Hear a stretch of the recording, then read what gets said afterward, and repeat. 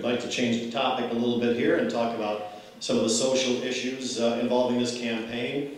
And this first question will go to Dan Dirks. You have each stated during the Chamber of Commerce Forum that you believe that marriage is between one man and one woman. However, you both stopped short of explaining what, if anything, you would do to repeal gay marriage in Iowa. So we're asking, what actions would you take personally and legislatively on this issue? Personally, there isn't much I can do about it. That's one of the reasons why I'm standing on this stage, is so that I can hold District 51 seat for the Republican Party, and the Republican Party can capture the majority in the state capitol.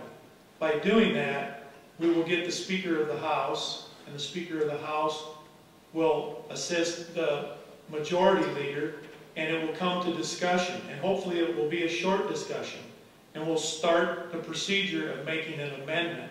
And it'll take 2 full sessions, so it'll take at least 4 years to have it come to a vote. It needs to come to a vote of the people of Iowa, but that will be a lengthy process. And I would also do everything I could to prevent judges from legislating from the bench on this issue and on other issues. The citizens should vote on this issue. But if you talk about the judges, one of the things about the judges, there was 7 judges to 0 in favor of same-sex marriages. So it goes to show that. But what is sad, whether you agree or disagree with the outturn of these judges, I would truly hate to turn around the judicial system and make it a political situation for these judges just because you do not agree with one decision that these judges have made. They have to make a lot of tough decisions, and a lot of times the way it's set up right now is good because the politicians don't always have the backbone to do what is right, and these judges have to make these calls. So I would stay in favor of the judges we have there who made this call. Could I address that? If you would accidentally become the representative of District 51, would you vote for new leadership that would allow the discussion to come to the floor so that it could go to the people? Because currently, the current leadership will not allow it to be discussed. And if it doesn't get discussed, it's never going to go to a vote to the people. This is the judges decided on this, and if it goes to a vote, the people can vote. How will that process take place if there isn't an amendment from the House? How is that going to happen? You don't just walk down the street and ask people what they think. There has to be an organized vote. It has to come through the right due process, and the citizens have a right to vote, so that's where they'll vote. And if, personally, I don't know how I would vote. Let's talk about the judges' retention. And a lot of outside money from outside the state of Iowa is coming into this. Is that something that you agree with? And this question will go to Dan Mulbauer, the outside funding on the retention campaign. For judges? For judges, yes. With judges, I spoke a little bit about that earlier. They have a good system of how they pick their judges right now. They have a nominating committee that picks the judges, then the governor will pick out of that one judge. So it is a very good system, and it is a bipartisan system. If we would open that up to a political system, let's say you were in courtroom and you were standing in front of the judge beside your lawyer, and your lawyer did not give any to the judge's campaign, but the other lawyer over here just gave $50,000 to a campaign fund. You can see how the troubles of how that could create. So we want to keep a system just like we have. It's a much better working system. I believe the question was in regards to money from outside the state coming into that. If it would be for it or against it, I think it's a big enough issue. I wish we didn't have to talk about it, because I'd rather be talking about jobs and the economy and out of control government spending. But this is something that's big enough that it needs to be dealt with, and it needs to be dealt with in a big way. If you study world history, can anybody show me a culture that has sustained open homosexuality for any length of time? This is not a new problem. It's been around for thousands of years. If people want to offend God individually, that's their prerogative.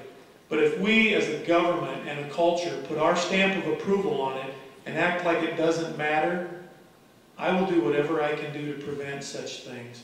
And money from outside the state, I think it's a national problem. The money should come from wherever it needs to come from. Our next question will go to Dan Dirks. And gentlemen, just to clarify everything on the position, what is your position on abortion and partial birth abortion? I believe that partial birth abortion is, wow, if you could ever see a video of that. Abortion, I am pro-life. I know that God is pro-life. I think abortion on demand has been the scourge of our entire nation since January 17, 1973. Why were we talking earlier about needing workers? Where is the generation that should exist that we started to exterminate 37 years ago? I think legislation can be passed, and Governor Branstad, if he gets elected, and if enough people get elected to get new leadership in the House of Representatives, we will have legislation so that women that choose to have an abortion will be asked or mandated to view what they're actually doing, and they will have to look at the fetus that they are choosing to exterminate. I don't know how anybody can stand on a stump in District 51 and yell, "Go abortion." We know it's wrong, and it's wrong. I have a strong faith, and I'm for pro-life. Okay. We'd like to move on to gun control issues. The Iowa legislature, and this question will go to Dan Mulbauer first.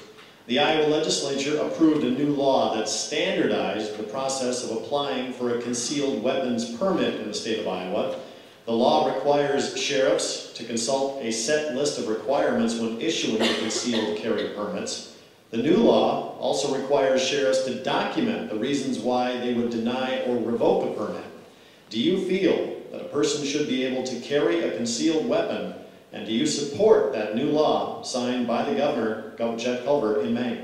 Yes, I do. In fact, this summer, through our own police department, my son and I were going to get a permit to carry a concealed weapon, but I don't even own a gun. It was just something we thought we might want to do it because we had the time, and it was something we wanted to do. And I think it's a good bill. I think we were going to go through, it was a full course that we would have had gone through to do this, and there's many people that carry concealed weapons, and I think it's a good bill. I've got a lot of guns. I don't have any handguns because I don't see a need for a handgun. I would support the law. I think it's a good law. In the past, a sheriff, it was his own prerogative to decide if somebody should have a weapon or not, or get a permit for a handgun, and he didn't have to give any reason why. The whole gist of the law is that if the sheriff decides to not issue the permit, they would have to state reasons why, and they would have to be very specific. I think it's a good law.